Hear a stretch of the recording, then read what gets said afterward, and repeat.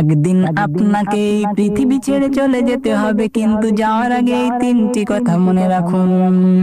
এক, নামাজকে কখনো অবহেলা করবেন না। দুই, কারো হক নষ্ট করে যাবেন না। তিন, তওবা করার সময় পরে করবো ভাববেন না, কারণ মৃত্যু কখন আসবে তা আমরা কেউ জানি না। আজও যদি সুযোগ থাকে আল্লাহর দিকে ফিরে আসুন, হয়তো এটাই আপনার জীবনের শেষ সুযোগ। আল্লাহ আমাদের সবাইকে ঈমানের সঙ্গে মৃত্যু দান করুন।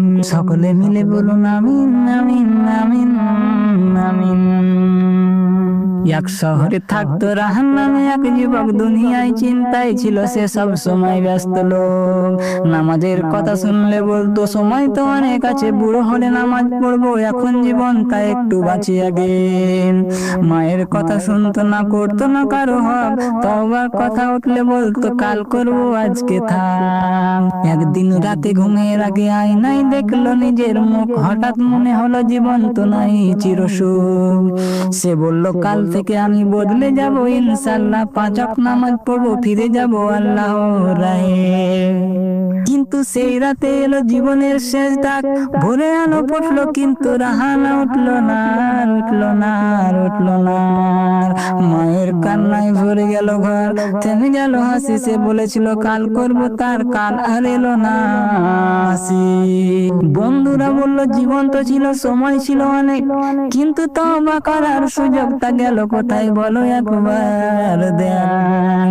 তাই ভাই আজ থেকে ফিরে এসো তোমার রবের কাছে। নামাজ পড়ো, হক আদায় করো, তওবার দরজা খোলা আছে।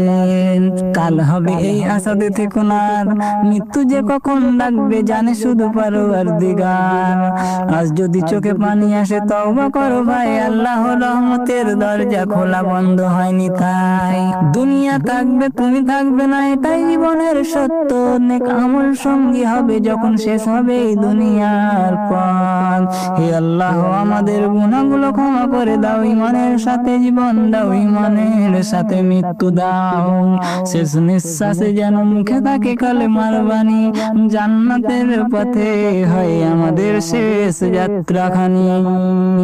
আমিন ইয়া রাব্বিল আলামিন, আমিন ইয়া রাব্বিল আলামিন।